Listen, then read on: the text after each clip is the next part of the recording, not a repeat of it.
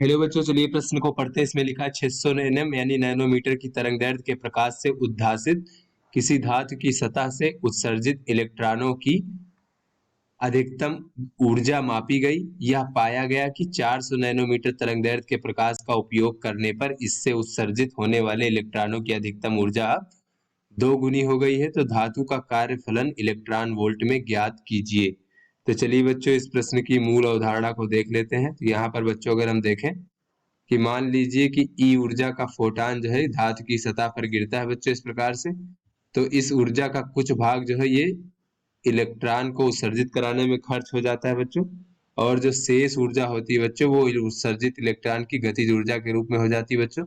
तो बच्चों ये जो उत्सर्जित कराने में खर्च की गई ऊर्जा को अगर हम बच्चों न्यूनतम मान ले बच्चों, न्यूनतम जो आवश्यक ऊर्जा है, तो ये ऊर्जा बच्चों कार्य फलन कहलाती है। तो इस स्थिति में बच्चों जो हमारा उत्सर्जित इलेक्ट्रॉन होगा उसकी गतिज ऊर्जा जो होगी वो हमारी अधिकतम होगी बच्चों इस प्रकार से। तो चलिए यहाँ से अगर हम बच्चों देखें कि उत्सर्जित इलेक्ट्रॉन की अधिकतम गतिज ऊर्जा या फिर अधिकतम ऊर्जा की बात करें इस प्रकार से, तो ये हो जाएगा E माइनस फाई इस प्रकार से। यही बच्चों हमारा आइंस्टाइन का प्रकाश वैद्युत समीकरण भी होता है। तो यहाँ से बच्चों अगर हम देखें कि फोटान की ऊर्जा E बराबर होता है hc भागे लेमडा, जहाँ पे h बच्चों प्लांक नियतांक है और c प्रकाश की चाल और लेमडा तरंग दैर्घ्य है। तो यहाँ से बच्चों अगर हम फोटान की ऊर्जा E को हम इलेक्ट्रॉन वोल्ट में देखें बच्चों और h और c के मान रखकर हल करें तो ये हो जाएगा 12,375 भागे बच्चों लेमडा, और भी एंगस्ट्राम में इस प्रकार से हो जाएगा।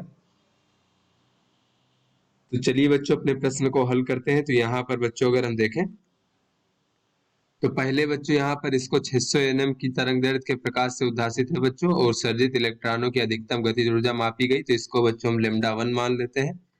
तो लेमडा 1 है 600 nm, तो इसको बच्चों हम 6000 एंगस्ट्राम कह सकते हैं। और बाद में जो है 400 नैनोमीटर से बच्चों उत्सर्जित कराया गया, तो इसको हम 4000 एंगस्ट्राम मान लेते हैं लेमडा 2। तो यहाँ पर बच्चों अगर हम देखें तो ये जो अधिकतम गतिज ऊर्जा जो है बच्चों पहले हम K1 मान लेते हैं इस प्रकार से। तो ये हो जाएगा इस प्रकार से फोटान की ऊर्जा E1 और माइनस बच्चों कार्यफलन फाई, और बाद में जो है बच्चों इस प्रकार से उत्सर्जित इलेक्ट्रॉन की गतिज ऊर्जा दो गुनी हो जाती है। तो इसे हम 2K1 मान लेते हैं। K2 बराबर बच्चों इस प्रकार से, और ये हमारी आपतित फोटान की ऊर्जा हो जाएगी माइनस कार्यफलन। तो इस प्रकार से बच्चों अगर हम देखें तो इसको अगर हम बच्चों 2 से गुणा कर दें इसको, तो ये हमें प्राप्त हो जाएगा 2K1 बराबर 2E1 और माइनस बच्चों 2 फाई इस प्रकार से। तो बच्चों इसको हम समीकरण 1 मान लेते हैं, इसको समीकरण 2 मान लेते हैं। तो बच्चों समीकरण 1 में से 2 को घटा देते हैं यहाँ पर बच्चों।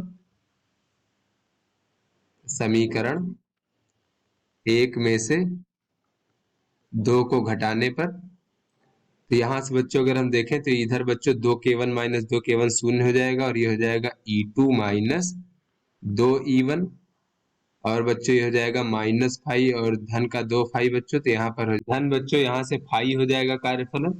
तो बच्चों हमें कार्यफलन फाई बराबर प्राप्त हो जाएगा 2E1 माइनस E2 इस प्रकार से। यहाँ से बच्चों अगर हम देखें तो ये फाई बराबर अगर हम देखें बच्चों तो यहाँ पर हमें लेमडा 1 और लेमडा 2 के मान पता है, तो इसको रख देंगे बच्चों यहाँ पर। तो इससे जो है बच्चों हमें ऊर्जा जो है एक फोटान की वो इलेक्ट्रॉन वोल्ट में प्राप्त हो जाएगा, और हमें ये कार्यफलन का मान भी इलेक्ट्रॉन वोल्ट में प्राप्त हो जाएगा। तो ये हो जाएगा 2 गुणे 12,375 भागे लेमडा 1, जो कि बच्चों 6000 इस प्रकार से एंगस्ट्राम में, और माइनस बच्चों हो जाएगा 12,375 भागे बच्चों यहाँ से अगर हम देखें तो ये हो जाएगा 4000 एंगस्ट्राम। तो यहाँ से फाई बराबर बच्चों इसको अगर हल करें तो ये हो जाएगा 4.1 और माइनस बच्चों 125 इलेक्ट्रॉन वोल्ट, और ये हो जाएगा 3.094 इलेक्ट्रॉन वोल्ट। यहाँ से बच्चों इसको अगर हम हल करें तो ये हो जाएगा इस प्रकार से। तो कार्यफलन हमें प्राप्त हो जाएगा 1.03 इलेक्ट्रॉन वोल्ट में बच्चों इस प्रकार से। तो आशा करते हैं आपको समझ में आ गया होगा। धन्यवाद।